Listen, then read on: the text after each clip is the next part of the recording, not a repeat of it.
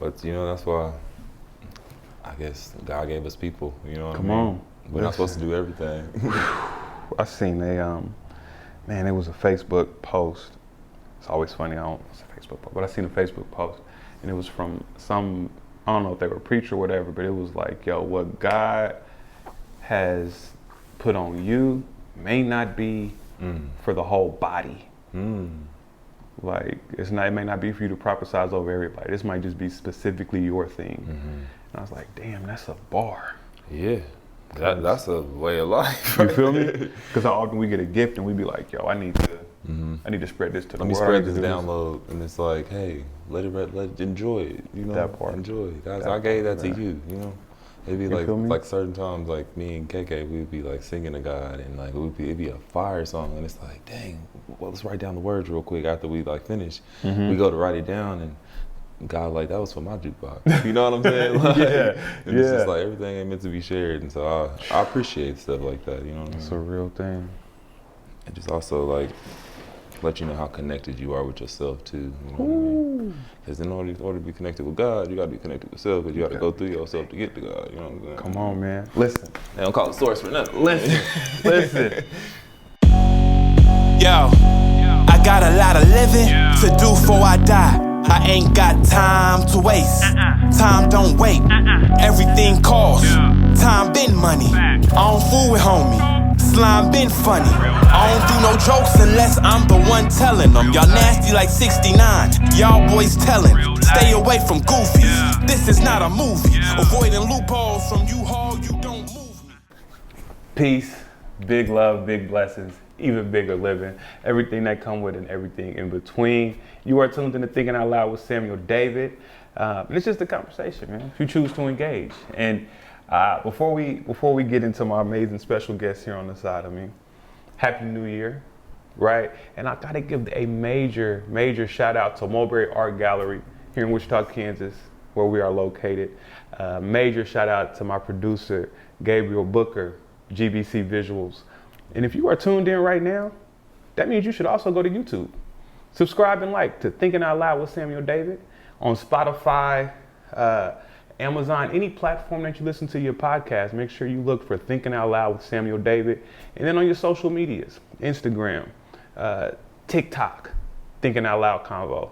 Stay in tune with us, like, share, comment, tell your folks, and engage in the conversation. Now that we got that out the way. Today I have one of the most amazing special guests. Good friend of mine, been knowing this brother for quite some time. He is a photographer, videographer, visionary, artist, recently released The King's Treasure. My great friend, brother Eddie Legvcy. How y'all doing? What's up, brother? Appreciate you having me, brother. I appreciate you pulling up, man. Man, it's a pleasure. It's a pleasure. I like that. I've been waiting for this moment. Word. Yes, sir. Well, I'm You glad know you've been here. all over the internet, shaking the scene. Hey, man, trying to make an impact where we can, right? I said, you God ain't gave it trying, to you me. are. See, As long as we sitting here, we do it. I see what you're gonna do today, Eddie. I'm all about pouring life into folks, and Eddie gonna keep that cup. The cup just gonna keep pouring and pouring and pouring. I love it. Iron sharpen iron. Yes. Hey, man, listen, a question I love to ask, so I know exactly where we're going in conversation. Yes, sir. How is your spirit? How is my spirit? Yes, indeed. You know, that's crazy, because yesterday I realized that my spirit is healing. My spirit was broken last year. Okay. But it's healing. I'm in a healing stage. Yeah. I'm doing a 6-month detox. Okay. Basically, social media just for business.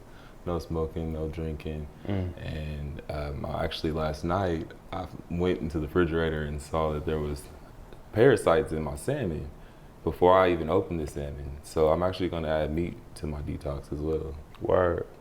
That happened right on time then. Literally. On the first. Wow. I was like, I'm about to go make some salmon. I was like, I looked in there, I was like, oh, this is Instagram in real life. No, that's but no, real. my spirit it's healing. I'm healing and I'm detoxing, but I'm good. You know, my light is still bright, it's still vibrant, and it still leads my path. So. Okay. So the light ain't dim. Oh no. The light ain't went out. It's just, got a couple cracks that just need to be sealed. That's all. And that's important to recognize, right? Because a lot of times we can go through moving with a broken spirit and not even realize our spirit is broken, not even addressing a broken spirit, right? And I think that's also because there's so many distractions and we're always doing this and that we don't even sit down and take the time to, hey self, how you doing? How are you? Yeah. You know, how you been? Let me hug you real quick. You know what I mean? Come like, on. And just be present. When you ask yourself, because I'm sure that's the question you had to ask yourself to even pursue a detox completely, is hey self, how are you? What did yourself tell yourself? Myself told myself that I miss you. I sit and I stand and I lay with you every day, everywhere you go. And I'm the last person you acknowledge some days. Wow. How does that happen? Like, well, for me, with my detox, I'm learning to get more organized as well. Okay. So I think you get so used to pouring into everybody else's cup because yours is just always, running over, you know what I mean? In a spiritual sense, you know what I mean? Like, and I feel we can forget ourselves, you know what I mean? Especially like I'm a new father, you know what I mean? And when my son was born, all my devoted attention went to him. Everything went to him, and I kind of in a way lost myself in a sense. I feel not lost, but I quit acknowledging myself because on top of having a child, it wasn't the easiest circumstance. So it made it a little more stressful, and I'm healing. You healing. It's ill, and it's dope you say that, because as I listen to King's Treasure, that's one of the big things that I hear the theme throughout all the songs. There's about 18 songs in there. It's a lot of songs. It is a lot of songs. You're getting a lot off you, right? Yes. It's something I had to that shed that. It was like releasing it literally. You know what I mean? And that was and it was literally. I literally woke up one day and I was like, December 2nd, you got to release that. Yeah, release the album. You got to get rid. You got to shed of that and let that go. And with that, I was able to create all this art, this sound, and I'm still finding my sound, but I feel I was able to, release what I felt like had a hold on me. So now that's why I feel like I've entered my season of healing, because, I just got done shedding that layer of skin that no longer served me, you know what I mean? Yeah, and you provide services, right? So you are interacting with so many different spirits on the daily, and I don't provide service. I'm not a service provider. Be glad. Be glad. But something I've noticed, man, is that when you provide a service, now let me step it back, because I pour into a lot of people. So I think one of my services is human services, right? And what I recognize is I may pour so much, I may breathe life into so many people, and I don't come up for air enough. And I was even sharing with wifey, I was sharing with Gabe before we even set up, man, it's like, I looked at this past year and I was like, man, I don't know how much I've grown. You know what I mean? Like humbly, with all humility, with all real shit. Like, I don't know how much I've grown because I haven't poured enough into me, right? And I think as men, it's sometimes when we recognize that, it's too late, right? Or we'd be like, you know what? I got these bigger responsibilities than me. I got these kids. You know what I'm saying? I got this wife. I got these services I got to provide. I got to go to work. I got to do this. I got to. You feel me? Like ends meet. I got this, that, the third, man. Every anything to make an excuse not to acknowledge self. You know what I mean? It's really what we got to start pinpointing. Real life. Like, it's an excuse. Because before these kids was here, we was here. God gave us our life. Come on. So how disrespectful for us to, not engage and indulge and marinate within the humble abode of this universal lottery ticket of a meat sack we claim ours, our human body. Real life. Let me ask this, because as I listen to the album, as I have conversation with you, as I would even see you're not on the social media as heavy. I'm gonna get to a post you made here shortly, so I'm gonna get to that in a little bit. But even as I see the post you make, like you are intentional about protecting your peace. How did you even, what taught you, or what gave you what gave you the balls to be like, yo, let me take care of me? Like, what brought that to the forefront for you? Man, it's like, what did bring that forth? Really just experience of being, kind of comfortable and conditioned in a way to people pleasing, you know what I mean? People pleasing, and then, would not bringing it,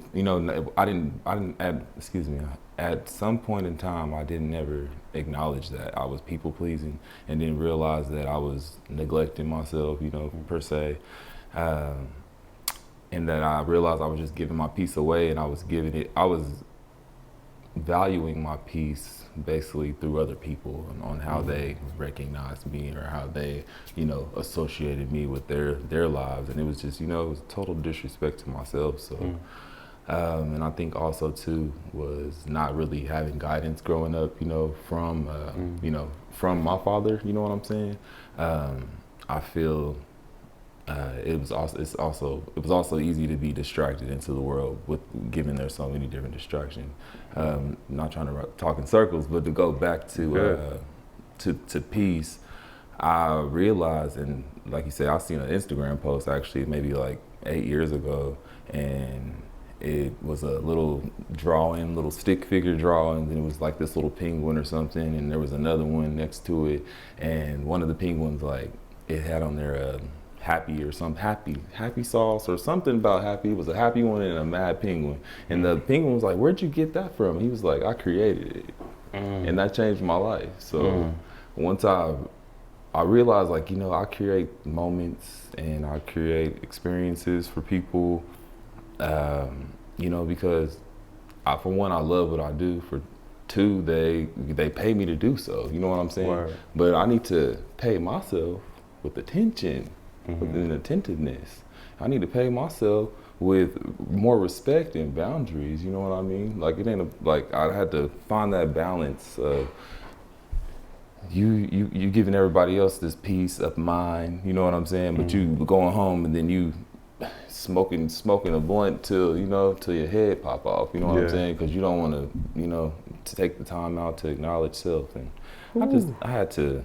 Man, it was a hard pill to swallow. Yeah. And once I started creating my peace, or intentionally setting the intention to, okay, I'm gonna start setting healthy boundaries for myself, and I'm not gonna do this, and I'm not gonna answer the phone after this time, and I'm not gonna take on 100 clients in 2 weeks, knowing dang well that I'm one person. You know what I mean? Like, just certain things like that, and that's why I said on the album too, my peace, you can never afford it. You know what I mean? Because you can't go buy it nowhere.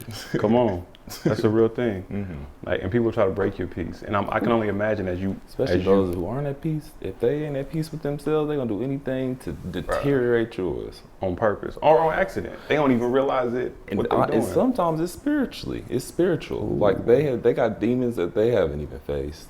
Demons that they don't want to even look in the eyes, but they feed them on the daily. Yeah. And then you got those people that turn around. They turn around and they internal project basically how they really feel about themselves. You know what I mean? And then they try to do anything to tear you down to bring you back down to their level, or to get you to walk. You done elevated to 10 floors above them because they screaming and hollering. You know what I'm saying? Because they don't want to. They got this demon pulling on this leg here, on the coattail over here, and it's just like at some point, you gotta silence them people out, because if people who don't got peace gonna do everything to help you. People who are not at peace with themselves will do anything in their power to help you destroy yours. And people who don't have no business gonna be in everybody's but they own. So you know what's ill about that, and I could be wrong. We just thinking out loud. So I don't never say it's a for sure. But something I recognize a lot of times with people who struggle with their own peace, or who may be like the genuine Misery Loves Company, they don't do it intentionally. Like, they don't even realize, because their peace is so blocked, or their light is so dark, they don't even realize when they're pulling people down, right? I won't go too deep into it, but I have an example of a loved one who is very selfish, right? Everything is about her, but that's how she was raised. Right, that's how she was groomed into her adulthood, even, right? Out in the world on her own. So it's not front of mind for her to be the most giving or selfless person, because this is all she knows. And I think that's a challenge as we find peace within ourselves, right? Is looking at the folks around us and recognizing, like, yo, I may not fully understand why you act that way, but something must have happened for you to be that way, right? And I can't hold that against you. I can challenge it, but I can never hold that against you. You feel me? You know, I like that perspective. You can't hold it against them. I can't. But I like how you said I can challenge it, because it's like I see where we could fine tune some things here. You know what I'm saying? But it's it's like leading the horse to the water. You can't make it drink. Can't make it drink. And it's a book called The Art of Mastery, by Robert Greene. Okay. Same guy did The Art of Seduction, 48 Laws of Power. But there's a quote in there, and I'm a butcher it. But it talks pretty much about how you gotta respect people for who they are, right? And if a rock rolled in my way, that's a rock. What I'm gonna do, like, I can either move it or go around it, but I can't be mad because the rock is in my way, because that's what rocks do. They're just there. Right. The same with people. Like, people have certain tendencies. You know what I mean? It's like, yo, if somebody show you their true colors, believe them. You know what I mean? So now let me step back a little bit. So I used to be that person with the paint bucket trying to repaint them. Like, come on, that ain't your colors. You feel me? Another quote I read. I started reading a book this morning called I don't know the name of the book off the top, but it's the same, Don Miguel Ruiz, same guy that wrote The Four Agreements. Okay. Great book. Have you ever read The Four Agreements? I just bought that book on the 31st of the year. Okay. I found it at Five Below for $5. So if y'all need the Four Agreements, go to Five Below. Have you started reading it yet? I haven't yet. Okay. There's this other book that I bought that day, and it was right on time with the conversation I was having. That's a whole nother convo. For sure. Well, the quote that Don Miguel puts in here is like, because it talks about how we all have these principles or these laws or these agreements that we've made in life, right, that dictate the way we move. And even sometimes these agreements may not be our actual self. It might be a religion or laws or things like that. Or something that was taught. Something that was taught, the collective agreement. And it's like, yo, okay, I got to do that only because it's what we all do. Right. But he says that what we do often, and it really resonated this morning when I was reading it, is we'll hear somebody else's song and we'll try to put a melody to it over their melody. They already have the melody. Instead of just listening to the song or maybe adding a bass line or adding a drum, but we try to go over the main part of this person's song with our song or our beliefs or our thoughts. It's just kind of ill. Quick ramble. But so when you talk about breaking boundaries, right, or creating boundaries, right, removing people, how hard was that at first? Like, did you begin to see who your real friends and loved ones were, or was it like, yo, I don't care what we looking like, I need this for me? It was kind of both, but it was definitely like, I need this for me, because like life was just, I felt like I felt like I hit rock bottom, so the only way to look was up, you know what I mean? And so I'm like, I'm focused on just getting back up in the sky and soaring, you know what I mean? I ain't worried about getting up and walking to get there, nothing. I'm just gonna keep my eye on the prize and everything. It's tunnel vision, so everything around me, I gotta shut it out right now for me, you know what I mean? For my own mental, because having so many different opinions in my, you know, in my ear, I only can speak for it, you know, it can lead to a misconstruction, you know what I'm saying? Yeah. Because the people that I hold, whose opinion that I hold valuable, like, you know, there's a potent, heavy opinion, you know what I'm saying? So, come on. You know, and it's like, sometimes I just need to hear my own opinion. And then God was like, hey, you know, you can always call me, like you get the calling, you know, calling mama, get the calling your best friend, get the calling your little Relly, you know, you can call me like that too. Just tap in right here. That's all you gotta do. That's layered. That's layered, man. Because we don't think we listen to ourselves enough. I think a lot of us I talk to myself all the time in my head. So I start thinking out loud, right? But we don't always hear ourselves. Right. I definitely don't always hear myself, and I've been learning that a lot more lately. Like, to where, like, my manager, she's like, I'm gonna just start recording you. Yeah. And I was like, just start recording me then, because she's like, I don't even think you even heard what you just said, or what you're even, like, I don't even think you understand the depth or the freaking impact that just had on my life. So just think if you said that to her and put that in a song, or you turn that into a visual, you know what I mean? So, because you're a giver, right?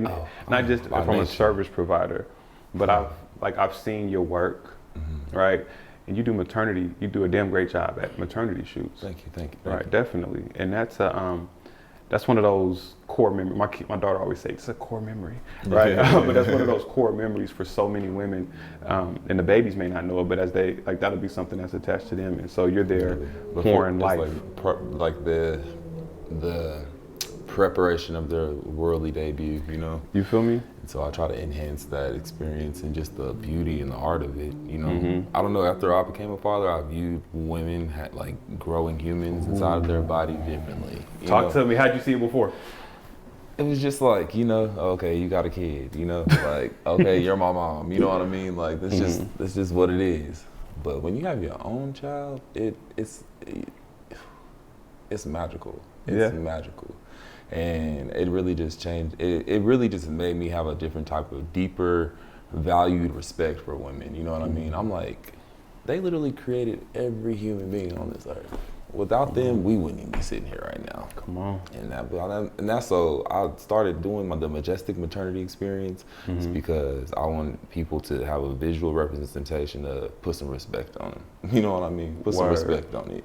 You know what I'm saying? Like, these women gift us children, you know, and give us a higher sense of purpose in life, you know, outside of our own self and goals, you know, and aspirations. And then also, all the pain and suffering and just the growth, it's just whew. Hey, women go through a lot. I think it's twofold. So to make it beautiful, you know, so to make if I can make it just beautiful for them, just, you know, a little hour, 2 hour situation, you know what I mean? Be an experience. You know, they can take that experience with them for the rest of their life, you know. Child ain't born yet, don't even know like how the greatness that had, you know, was just imprinted before you even got here. It's like I help enhance like these people. I don't feel like I cross paths with anybody for no reason either. Okay. Like, so like when I do, I'm rambling now. No, listen, I laugh when people get on here and they say I'm rambling. We just thinking out loud. Literally. That's the point of it all. We just thinking out loud. We just getting our thoughts off. But something that I definitely have to acknowledge as we talk women, black women. I think black women are the greatest creation. I agree. God's greatest creation. Shout out to black women. Shout out to you beautiful black women. Shout out to my wife, my mom, and my daughter, my sister. Shout out to my cousins. Without getting too spiritual, because I don't have facts to back it, and it's all faith and whatever. I'll be sometimes believing God's a woman. Okay, right. Let's talk about it, because hey, I've had this thought before. That's like, what came first, the chicken or the egg? And again, I don't know. But then, I mean, there's so many layers to the faith foundation, because like one could also say, God is in us. Right, or the big man in the sky. But I believe if there was an entity that I could touch, it is in black women. God is a black woman. I agree. So okay, cool. I agree. Cool. If you believe that, you can just drop it in the comments and engage in there. I won't do too much on camera because I don't have enough to articulate that thought, but I truly believe it. I also believe many different thoughts can be held at the same time. Like, sorry, I can go forever. But funny thing I wanted to ask you is I was looking at photos and photo shoots that you've had, and I seen you recently did like some dope holiday family photos. And it's a childish question, so forgive me for being childish. But in your work, have you ever came across somebody who shot with this family, and then he pull up and be like, yo, I got this family to shoot with too? Like, it'd be a brother that's got multiple families to take photos with. Is that a real thing? Because I seen someone, I was like, yeah, I didn't know they were together. I thought they were with someone else. Not being nosy, but just being observant, right? So is that a thing? Does that happen in your field? And when it happens, can you speak on it? You can answer that last one first before you go. I can't really speak on it like in detail, but I will tell you. There was this one time I did some family photos with this. It was a man from another country. Okay. And I did photos of him and his family. First time meeting him, family, boom, pow. A couple years later, I'm taking family pictures of this man again, but not with the same family. Word. But I'm taking pictures at his wedding. And they had it in the backyard, so it was like super private. Very low key. Yes, so I just sip my tea and I just here to capture the memories for the people. You know what I'm saying? Like, if they want me to capture their soap operas, then so be it. Yeah, no, that's word. That's word. I love it. And I was looking through photos and I just thought of that. I'm like, that's funny. That's a good question though. You know, hey, it's only happened like once though, like that one time. That's word. But that's funny. Watch it happen now that we That we say it's gonna happen in real life. But man, you do a dance. Like one of my favorite things looking at your photos, Eddie, is like your not just the photo quality, because that's a whole nother conversation. That's a whole nother piece. The amount of preparation and work you put into like the settings. It'd be some of the most eclectic, right? I mean, look at you now. You got the parrot, not the parrot, the peacock. You got the glasses. a little peacock situation. Pippi wanted to come say hi, y'all. You feel me? But you are a very eclectic individual. You know what I mean? And it's wild to hear you talk about people pleasing. Because to see you, I would think he don't give a shit what nobody got to think about him. It's that comfortability. Where did the high level of the eclecticness personally, but also putting that into the visuals, where'd that come from? So I literally like started calling like my photo shoots experiences because, or like video shoots or whatever type of art, anything art related is an experience because I channel it through my experience, my journey. So basically like it curated because I wanted to personalize each experience that I had with people. So if I crossed paths with them, I knew it was for a reason. So I would get to know them and like I'd give myself like 30-minute consultation to get to know these people enough to where I can make their vision come to life. And not only make it come to life, but add my little extra razzle dazzle. And I think eclectic look. Don't charge it to my heart, y'all. But I think a lot of that too came like from like watching BET growing up a lot, you know what I mean, and MTV, and I was like, I always loved like the extra superstar like look, you know what I mean? I'm like, so I was like, even within my own just dressing, I'm like, I'm just gonna dress like I'm walking on the red carpet every day. Like it's my life, you know, I'm the star of it, and hey, I'm gonna go ahead and decorate myself however I feel for today, you know what I'm saying? And I'm gonna feel it, and really it's really what it is also is another way of just expressing myself, because I don't feel like I've always had the best like the right choice of words or the best conversation, like, you know, with my upbringing, you know what I mean? So I had to find like other ways to express. And then, you know how you say a thought inside of a thought. So like, and then also I feel like because I've done photography for the last 15 years, I feel like 10 years, maybe around 10 years, I felt like I was like blinded by my camera, by my images. Like people didn't see me, they just saw my art, you know? And so a way for me to feel more comfortable, like, you know, and feel like people gonna recognize who I am. This was before, I guess that was before energy, because energy don't lie, you know what I'm saying? But I don't know, it just made me feel better, you know what I'm saying, about myself. Like just, you look good, you feel good, you know what I mean? That's a fact, that's a fact. No, that's fire, that's really fire, man. The eclecticness, I think leads to the Legvcy name, right? Because that was a question I wanted to ask is, because Eddie Legvcy, that's a hard ass name. I'd be remiss to believe that's your surname. Is that your last name in real life? No. Okay. That would have been fire. I'm thinking about changing it in real life. Where did Legvcy come from? Because it takes a lot to put that as part of your joint, right? Like I used to call myself King Sam, and niggas couldn't tell me I wasn't that. And I backed it up in the music, right? Right. No, I remember that. You feel me? I've become a much more humble individual in different respects. But still Eddie, a king though. Still a king. 100%. That's a factual. But Eddie Legvcy, like, where did that name stem from? Eddie Legvcy stemmed from my great-grandfather. He was pretty much the only virtuous man I knew growing up. He was a virtuous man, he was a God-fearing man, he was a husband, he was a family man, and he was a selfless man. Like he was the only man that I know would take time out of his day, like with his wife and everything. My grandma had Alzheimer's and dementia since the 90s, you know, and she just passed away last February. Condolences. You know, it's way of life, circle of life, you know. But he would go get the breads, the cakes, the cupcakes, and all kind of just pastries and hand them out to like all different types of churches. And he let people come to his house and just all the time and just be so just giving. Like, because of that, his giving, I feel like that's why I felt like in a way like I was a people pleaser in a way growing up, because I'm like, I want to be like my great grandpa. You know what I mean? I want to just do for people. But then as you grow up, you realize. You got to set boundaries, you know what I'm saying, blah, blah, blah. But yeah, Legvcy, and then also, that's where it originated, was my great-grandfather. But as I, kept the name and I grew with the name, I feel like I realized, Legvcy also, as I grew connected to the name, I realized that I'm basically freezing time for people. And so in a sense, I'm basically capturing their legacy and also leaving my legacy at the same time, because when I'm dead and gone, my art will still be here. So my legacy will live forever. And now that I got a little seed, a little seedle now.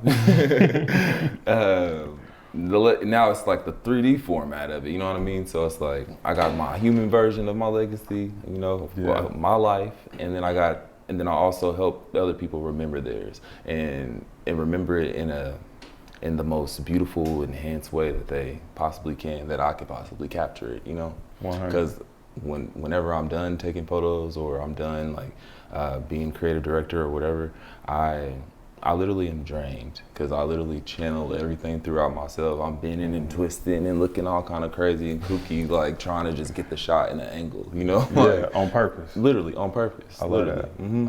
It is really on purpose, because I'm so tall, so my perspective is different from everybody else's. So sometimes I want to get down here and see what other people see. And it's like, okay, hold on, let me see.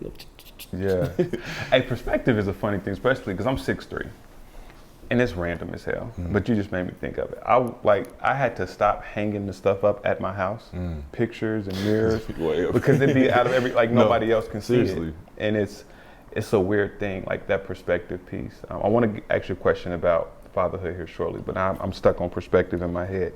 And I told myself, I just want to share all thoughts that I have with you, right? Let's get it. But perspective is wild, because if I'm driving to you, right, and this is random as hell, so forgive me, but if I'm driving to you, then I'm driving far. It's a far trip for me. If you're coming to me, it's a far trip. You feel me? And I think perspective is one thing that we seldom appreciate or respect. Right? And I just love to hear what you just mentioned about you said your grandfather, right? Great-grandfather.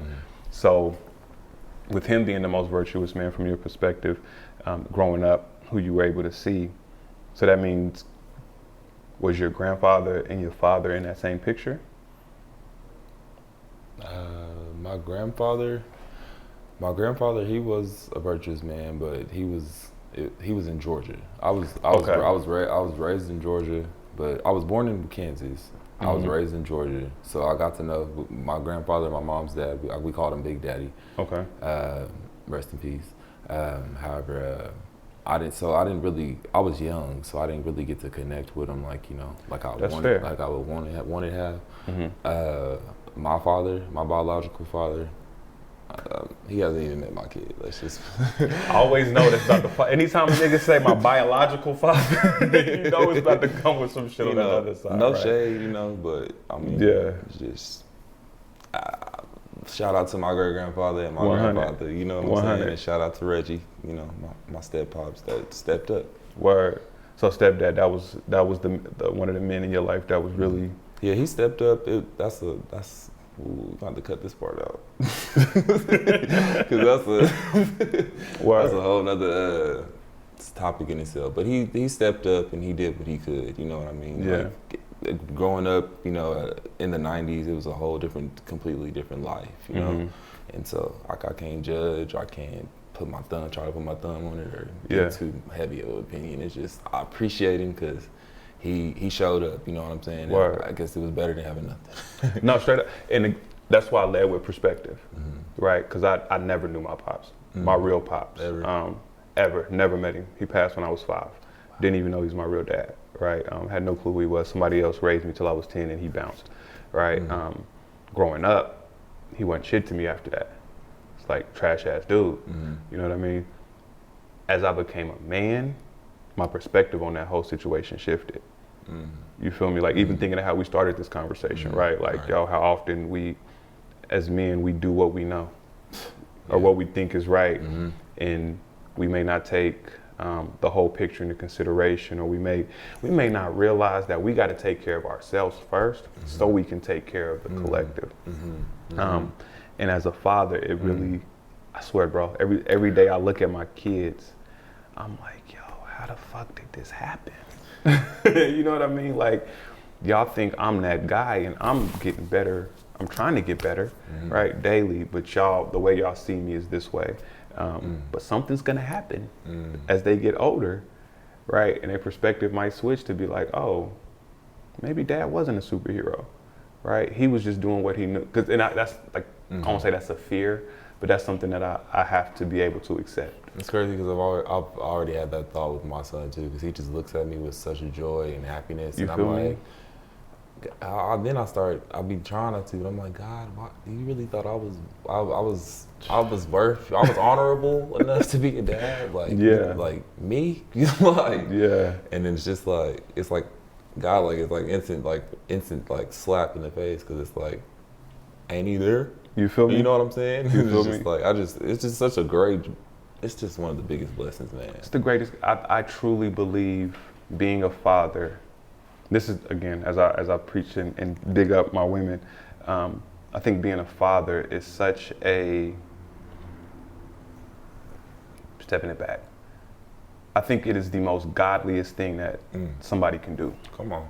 Right? So, and I say that because when I look at the Bible, or I look at scripture, or I look at any other faith system, it's a real thing, right? Because there is the person that's in charge of it all, right? That's given this wisdom, that's given this game. If you fall, I ain't gonna pick you up. I'm gonna be there with you. You know what I'm saying? Right, you know what I'm saying? Like, I can't make you do nothing, but I can give you everything that I know to be true for you to be the best version of you. And I think about that daily, man, when I look at the kids. And it's a question I always ask. I love to ask my brothers, man, especially you're a newer father, 2 years in it. I got a 10-year-old son, a 14-year-old daughter. Shit don't get easy. You OG. I'm an OG to some folks, right? But I really believe it's like one of the most divine. You said it doesn't get easier? It doesn't get easier. It gets more fun. Yeah. But I mean, so, okay, my daughter's 14, right? She still has the agreements and the laws that I give her. But now that she's growing into her own, she's being exposed to more things, she can challenge those a little bit. See what makes sense, what don't make sense, right? And my biggest hope is that everything I give her is the foundation, and that she uses that as her her litmus to be like, okay, this is what I know, this is what I know to be right. You know, Maybe it's a good starting point, though. You know, you feel me? Especially because it's not like you telling her anything that ain't worked for you, and she got to start. She needs something to start with, her snowball effect. You know. Yes. But I love that you got that. You have that perspective, because I feel like she will eventually, once she'll leave, she will go get her own thoughts, and like she will, challenge your, perspectives. You know what I'm saying? But it ain't even a challenge. This is more so an enhanced version. It's a question. And it's like, hey, I would be so honored my child come back, you come teaching me something, you know what I mean, put me on. Because I thought I was teaching you something. And that's the beauty in, as they age, is how much I learn from my kids, right? And I'm hopeful that everybody learns from their kids, because there's always the conversation of the youth and the generations being lost, and I think what happens too often is generations tell, preach, instead of listening. And when I listen to my kids, my crib is the one the kids come to. Like, so my daughter's Fred. So key. Come on, man. Ooh. Listen, we just thinking out loud. I don't think they heard you. We just thinking out loud. You said something earlier, and I wanted to say. Talk to me. With fatherhood, back on fatherhood. Another reason you said it's godly. I think so. I was going to touch on why I feel like it's self-fulfilling for me, and I'm sure you could relate. But not having, the little boy within. I feel is being healed as I get to raise my child. You know what I mean? So the voids that I thought were voids are being filled with like this burst of light. You know what I'm saying? And it's like, that's why I'm like, I'm in the healing process right now. You know what I mean? Like, I'm still getting my feet wet in parenthood. You know what I'm saying? But I was like, the more and more like my son like comes and he'll just say a random word. You know what I mean? His thing right now is blippy. So he's excavators and tractors and, you know, all kind of stuff I don't know nothing about, you know what I mean? But it's just, you know, just like being there and just seeing him grow every day and learning and asking, or he'll ask a question like two-word questions like juice, you know, or he'd be like he's like, is that a bird? Or he's like, is that a dog? And I'm like, no, that's a fox. And he's like, he'd be like, doggy. I'd be like, fox. He's like, dog. He's like, arguing. But I feel like I could feel literally like in those moments like my inner child, like my soul just like being like just hugged and so warm. It's like a warm embrace. Like my son like was, I feel like, you know, sent also to, you know, to heal me, you know, and to raise me, you know what I'm saying? Well, I'll do the same. So I feel like it's like a mutual exchange, like it's a sacred energy exchange. And that's why it took the sacred energy exchange to get that, you know what I mean? Ooh, that's a bar. That's a bar. I won't get too much to that sacred energy exchange. But I do have to ask, bro, like what has been one of your biggest challenges as a father? 2 years is a lifetime, clearly, right? Because your little guy is 2. Yes. What has been one of your most challenging moments? One of my most challenging moments being a father has been, or was, I don't even want to claim it no more, is maintaining peace in co-parenting. Ooh. And like doing it in a healthy format. Like, co-parenting has literally shown me faces of myself that I didn't want to see. Like I didn't realize like, okay, you might do pop off a little bit. You know what I mean? You might get a little angry and don't communicate, you know, effectively and efficiently sometimes. You know what I mean? And I realized, you know, why? I was asking myself why. And I'm like, it's because you're not getting your way. And I had to, you know, swallow that pill, no water. And, you know, that's why I say it was, because now I realize it's not just about my feelings, you know what I mean? It's not about just what I want, you know what I mean? It's not about even just what the mom wants. It's really about what's best for the kid, you know what I mean? What's best for the child. But however, I do want to say in the same sentence, it's about the child, but ... you can't forget the parents, because without the parents, you know, they mental ain't right, you know what I'm saying? And without the parents, the child wouldn't have never been here. Fact. So I've been going through, you know, all these loops and whirlwinds and crazy rings of fire with the courts, and, you know, it's not an easy fight. I believe it. But it's definitely worthwhile. It's worth it. Seeing that smile on my son's face makes it worth it every day. But that's the ultimate. So I'm married 12 years this year. My son will be 11. Yeah, he was playing. Sorry, thinking out loud. But I'll think about the traditional sense, or the most productive structure. I believe the most productive structure of a family is both parents raising a child together, right?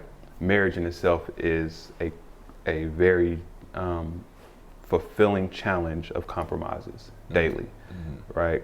With one common goal as one. Then the kids, then everybody else. I couldn't imagine co-parenting, right? Because now you having to take in consideration yourself, her, and the child. So now all 3 worlds have to be collectively cohesive. Yeah, and coexist separately, but together. It's like, I'm still trying to find balance. Literally, I'm still trying to find balance. I have not found balance yet. I'll just be honest. But what I do know is that I declared and I took back my peace. You know, just for starters. You know what I mean? I'm taking back my peace, and with that being said, not that I didn't have peace, but it definitely like was dampering my peace, you know what I mean? Not being able to control how things operate fully 100% with my seed, you know what I mean? You know what I mean? Because it's like once you become a father, it's like it was instant. Like I don't know what niggas in the 90s was doing. Like I don't know how y'all was just like fuck them kids, you know what I mean? Like I don't know how my daddy was like, you know what I mean? Like I just as soon as I looked at my son, I just fell in love, you know? I'm like, I'm not going nowhere. You got me for the rest of your life. You know what it is? And I haven't been in a situation, the inability to compromise. And not wanting to grow up. And not want to grow. Like I think that's really what it is, right? Like because it's when those two. Because again, so I'm really breaking curses right now. That's the goal of it, right? Learning to compromise. Man, so the guy that raised me, and not necessarily he's not my biological. I call him my godfather at this point because my mom weren't even together. Oh wow. Right. So they had an agreement when I was born, and then they split. Right. So I've never in my life had a man live at my house. You know what I'm saying? So when I say I don't have no pops, that's what I mean when I say I had no pops. But the guy that raised me, and then he bounced. I was like 10. Then I found out a whole bunch of other stuff about my life, which I won't get into today. Yeah. That happened to me at 12. See, it's a real thing, right? But as I had a conversation with him as an adult, I realized all the shit that I preach about mental health, black men's rights, he was struggling with. And it was not a topic of conversation during that time. So you talk generational curses, think of all the rules and agreements that we have as men and how we was raised. Get your bitch ass up, you ain't supposed to cry. Right. Like all these horrible. Suck it up.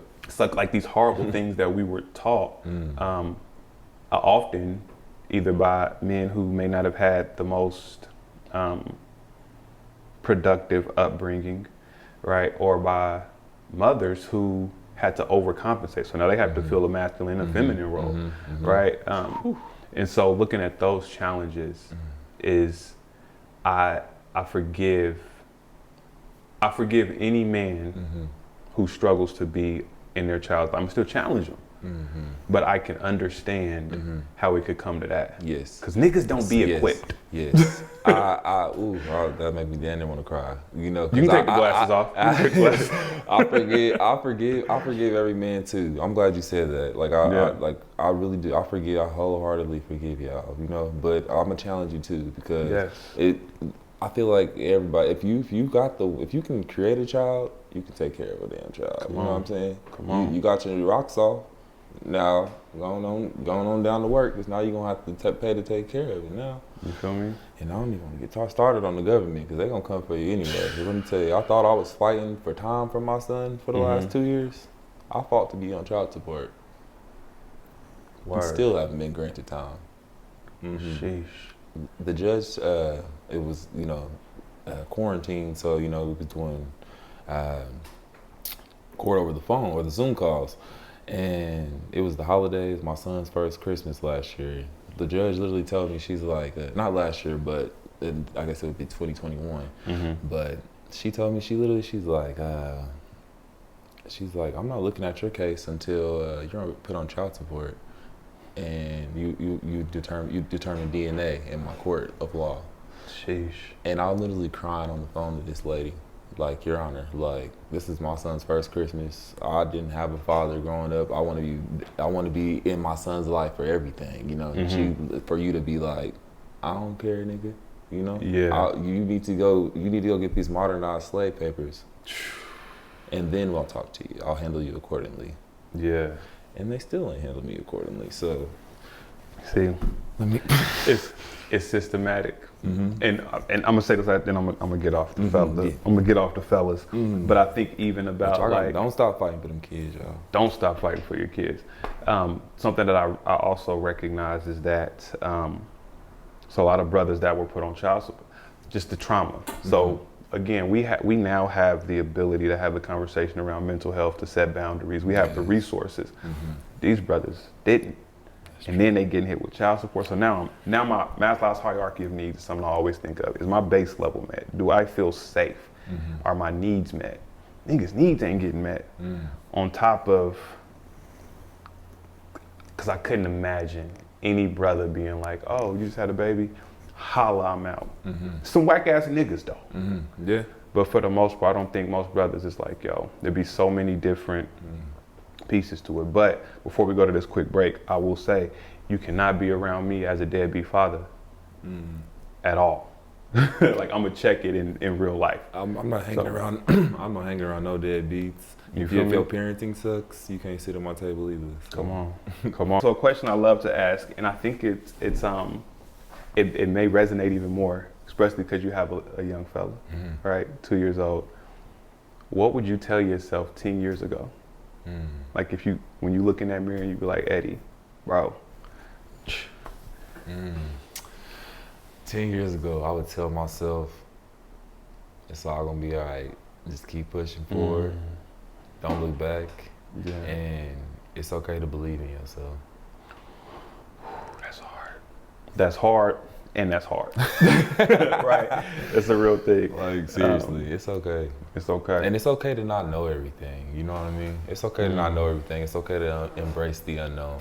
Yeah. Because for around that era, my adolescent era, I was definitely trying to, I was trying to play God, you know, and I was humbled real quick, like, bro, real quick. I have a very similar story. I thought I was practicing 5%ers and all of this, and then universe, God said, gotcha, nigga, you are not in control.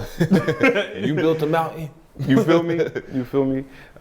One last question I'll ask you, man, especially with photography, this journey of self-healing that you're on, the music. So you may notice, right, on the show, I don't really talk a lot about the work that people do because the work is there. I want to know you. That's beautiful. Yeah, like, I want to get to know you, right? But when it comes to the work that you put in, from photography to videography to the visionary pursuits that you have, and now even the music, right? What let you know, or what confirmed to you that you were on the right path?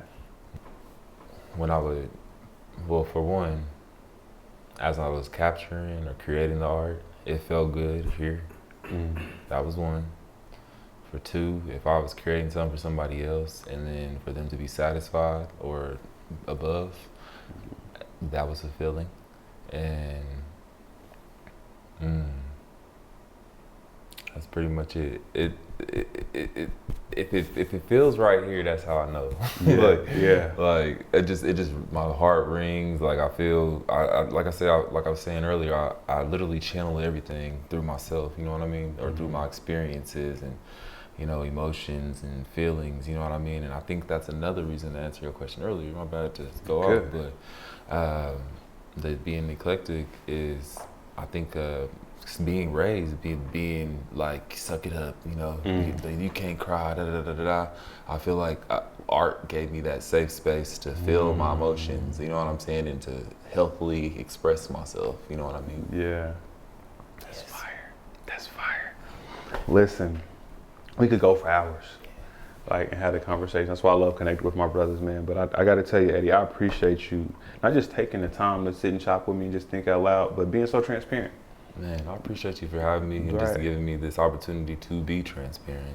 100%. It felt good, and I hope that it, you know, can help somebody, you know. Hey, it helped me. Hey, right. I did, but I lived in my purpose today. Come on, you know? Come on, now. Walking in purpose, on purpose. Yeah, on purpose. On purpose. Listen, that's a bar. Eddie Legvcy. Make sure y'all follow him on the Instagrams, Eddie Legvcy. Check out the new album, The King's Treasurer. Yes. Eddie Legvcy on all streaming platforms. That's Legacy with a V, Legvcy, no A, upside down A. The V is for visuals, visionary. Take your pick. I like that. I like that. Listen, the biggest love. I wish you all great health and continued wins. Big love, bigger blessings. Holla. Yes. That's what's up. That was a pleasure, bro. I love you too, bro. Thank you. That was fun. That was great. I ain't got my phone. You got to take a picture. Yes, Gabe gonna get the flick. Gabe gonna get the flick. I got a lot of living to do before I die. I ain't got time to waste. Time don't wait. Everything costs. Time been money. I don't fool with homie. Slime been funny. I don't do no jokes unless I'm the one telling them. Y'all nasty like 69. Y'all boys telling. Stay away from goofies. This is not a movie. Avoiding loopholes from U-Haul, you don't move me.